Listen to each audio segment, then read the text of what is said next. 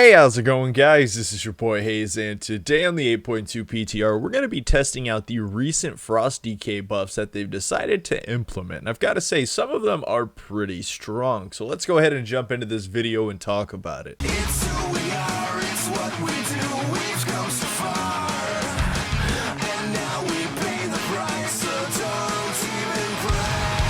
The world is breaking down, and I cannot leave the ground.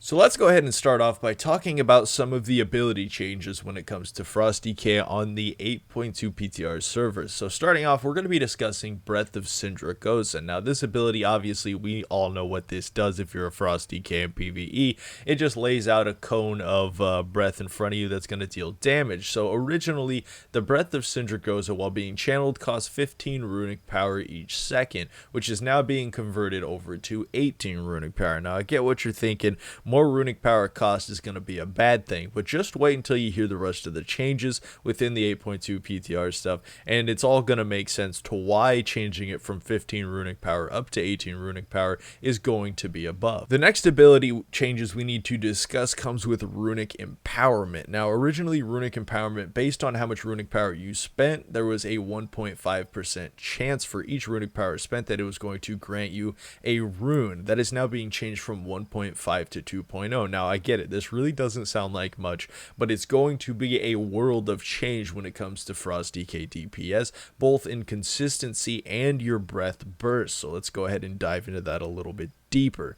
So when it comes to Runic Empowerment, originally your breath had a 22.5% chance based on how much runic power you spent to proc up a rune. Now on the 8.2 PTR, you are going to have a 36% chance plus whatever random base number they've decided to add into the extra chance to proc Runic Empowerment during breath. I have no idea what that is. It's just kind of like a question mark, but originally it's being buffed up essentially by about 14% in terms of being able to proc an extra rune. Now obviously that applies to breath, and that's our main focus and our main burst when it comes to single target DPS, but that's also going to greatly affect the amount of consistency you're going to be able to deal in a Frost Decay because of Frost Strike, also because it requires runic power. So originally a Frost Strike at 1.5, 25 runic power, you're going to have about a 37.5% chance to proc up an extra rune.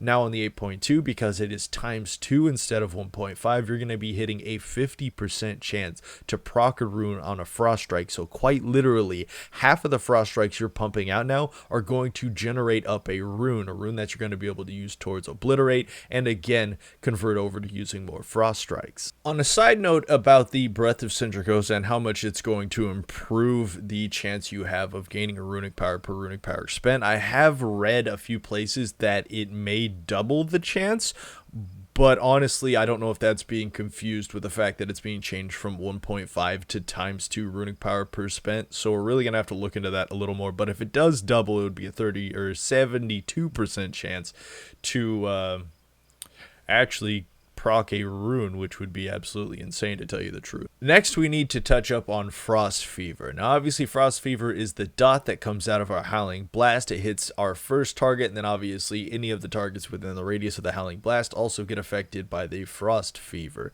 Now that is being increased to 30% on dot tick, that you're going to generate runic power off of your Frost Fever on your current target, and then based on how many targets are after that, they're going to face diminishing returns on how many targets are faced with your Frost Fever. So hopefully in AoE situations or Mythic Plus pulls, we're going to generate a little bit of extra runic power in comparison to single target, and I'm hoping we'll be able to hold our breath up, like a minute long plus on trash, because that would be very interesting to see, and that would actually increase our AoE capabilities by a lot on a Frost Decay, since I mean if there's a lot of mobs and you got people just cheese pull and you're playing Frost Scythe, something along those lines, it could be absolutely insane AoE pressure, especially if you're pulling spirits and like a Mythic plus 10, and there's 80 ads out there. I mean, not very often you're going to get that many, but 80 ads out there, you could be generating an absolutely ridiculous amount of runic power to keep up your breath for that whole pull. So that's going to be very interesting to see exactly how much runic power we're going to pull off of that for the much larger pulls in Mythic plus situations. So the last thing we need to talk about, and certainly least in this, is Killing Machine. Now, I don't know if this talent's actually being changed at all, because I've sitting here and tested out breath a lot, like a lot, trying to get over a minute, and I think the highest I've reached so far with breath is about 55 seconds alone. If I were to use like Lust or something like that, I could definitely reach over a minute with breath. But talking about this Killing Machine change, there's definitely some rewording to it, and there was approximately 4.5 procs within a minute when it came to the original Killing Machine, granting you a critical strike to obliterate based on your critical melee damage. So it kind of seems like they're removing the 4.5% cap, the approximate on it. So I'm not sure if there's some kind of RNG system that they removed, or what's going on with this current talent, or whether or not we're going to be converting over Cold Heart for let's say Icy Talons for faster melee attack speed, so we could actually grant ourselves more Killing Machine procs, which would in turn extend out our Icy Citadel, which would make us do more DPS, since we have a very large strength proc based on how many crits we get with obliterates during our burst.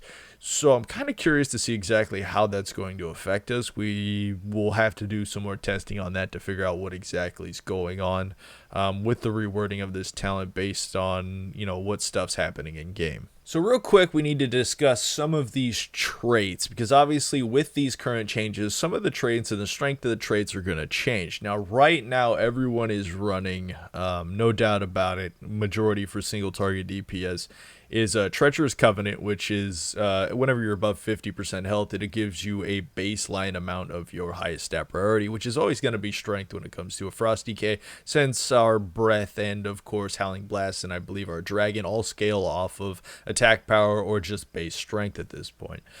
So Treacherous Covenant obviously is going to be on top. Nothing's changing there. That's pretty much just the generic damage dealing ability. But secondary, majority of the time for single target, is Icy Citadel. Now, Icy Citadel is extremely strong because every obliterate, the buff to that Killing Machine over there, I don't really know how much it's buffed, but basically granting yourself more Killing Machine procs would extend out the longevity of Icy Citadel, which would give you an extra, if you're stacking 3, like 3,300 extra strength for 15 seconds afterwards.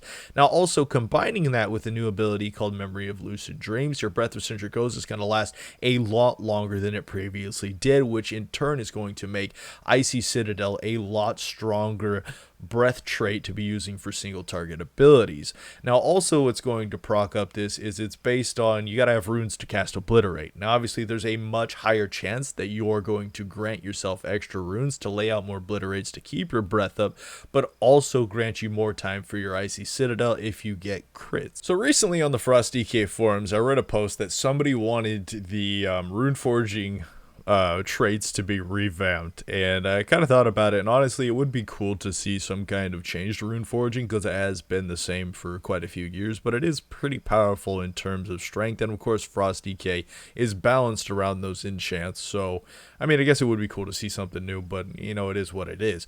Now, what I did kind of find funny is there is a few changes when it comes to rune forging. The only changes is they are literally fixing the grammar errors that they put in the recent rune forge, because rune forge is a single word, and for some reason in the description they added in as 2 different words on live. I have no idea why, but honestly I feel like this was kind of like patch notes that didn't need to be said. I guess it's cool to know. I guess I'm not really sure how to feel about that, but I guess that guy on the forums did get his wish. They did actually change rune forging, but I don't think they did it in the way that he intended it. And the last thing we're going to do is go ahead and just talk about Breath of Sindragosa and how it's going to be changing when it comes to your single target rotation. Now, obviously, this is going to be very RNG orientated since, I mean, there might be a chance where you get 10 killing machines like I did, or there could be a chance where you get no killing machines, which doesn't really make a lot of sense to me. But anyways, talking about this single target DPS with Breath, realistically, your rotation really isn't going to change. You're going to run in with 3 Obliterates, you're going to pop Empowered Rune Weapon, you're going to pop Pillar of Frost, Empowered Rune Weapon, use Breath of Sindragosa, and then you're just going to lay about, as many Obliterates as possible while weaving in the Howling Blast procs to deal damage to your target. Now, just when Pillar of Frost is about to fall off, of course, is when you usually proc Frostworm's Fury, and then Icy Chains if you are running Cold Heart. So there is something kind of awkward around this time. Normally when it comes to live at this point in time is usually when your breath is going to fall off around 15 to 20 seconds unless there's unless you're in raid fights and somebody's going to use Lust, they'll be able to keep it up a lot longer, or you're using Horn of Winter, you may be able to keep it up like 20-25 seconds, or if you're lucky, a little bit longer. So now it seems that we have this new ability called Memory of Lucid Dreams, which is going to allow us to extend out our Breath of Sindragosa's on average 40 seconds plus. I have reached like 55 seconds, which is pretty insane. I got pretty lucky with those rune procs. But during this time, there's an awkward moment that if you don't have enough runic power or runes throughout your initial front burst, you're going to be runic power starved when you try to proc your Frostworm's Fury and your Chains of Ice during the end of your Pillar of Frost. So you need to be slightly careful and know when to pop your Memory of Lucid Dreams to get yourself through that conversion so you can actually get off your burst without ending your Breath of Sindragosa, because there has been a couple times that my breath fell off trying to burst during that time and then pop a Memory of Lucid Dreams, because the one thing we got to remember, Breath of Sindragosa is going from 15 runic power per second up to 18, so those windows are slightly smaller than they used to be, but because of the new abilities and the rune proc chance, we're going to have a bit more runic power at certain times if you're lucky, or a bit less. So there is a bit of RNG orientation going on there that you're going to have to apply yourself. That's going to make breath a little bit harder to keep up at certain times and a little bit easier at certain times. So I'll go ahead and throw up breath burst here, and we'll go ahead and make this look easy. So originally with this, we'd pre-burst, we do something like that, but since we are going for longevity here, 3 Obliterates is going to be the way to go to pull up your runic power to extend it out. So I'm going to run in on the target, I'm going to proc off 3 Obliterates.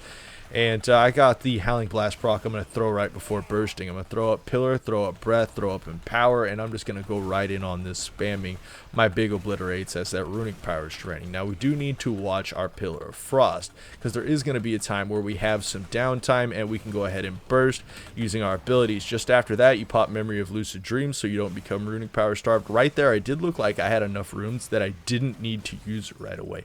So there was a time that I could have extended out my DPS. If you guys have Lust, you may not have to pop it anywhere near as early as I did.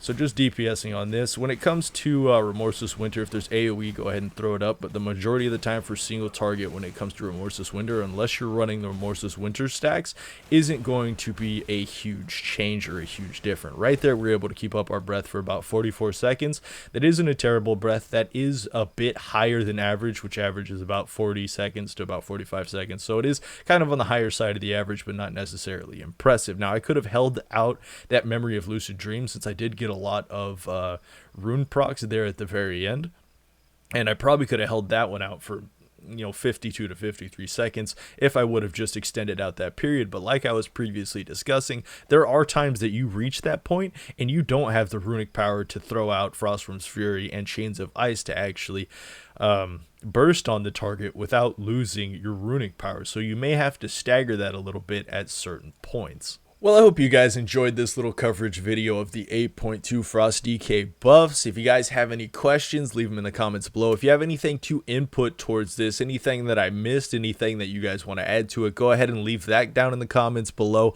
I'll go ahead and take a look at that and maybe switch some stuff up, change some stuff, see if we can make it better. But anyways, guys, of course, until next time, this was your boy Hazzed.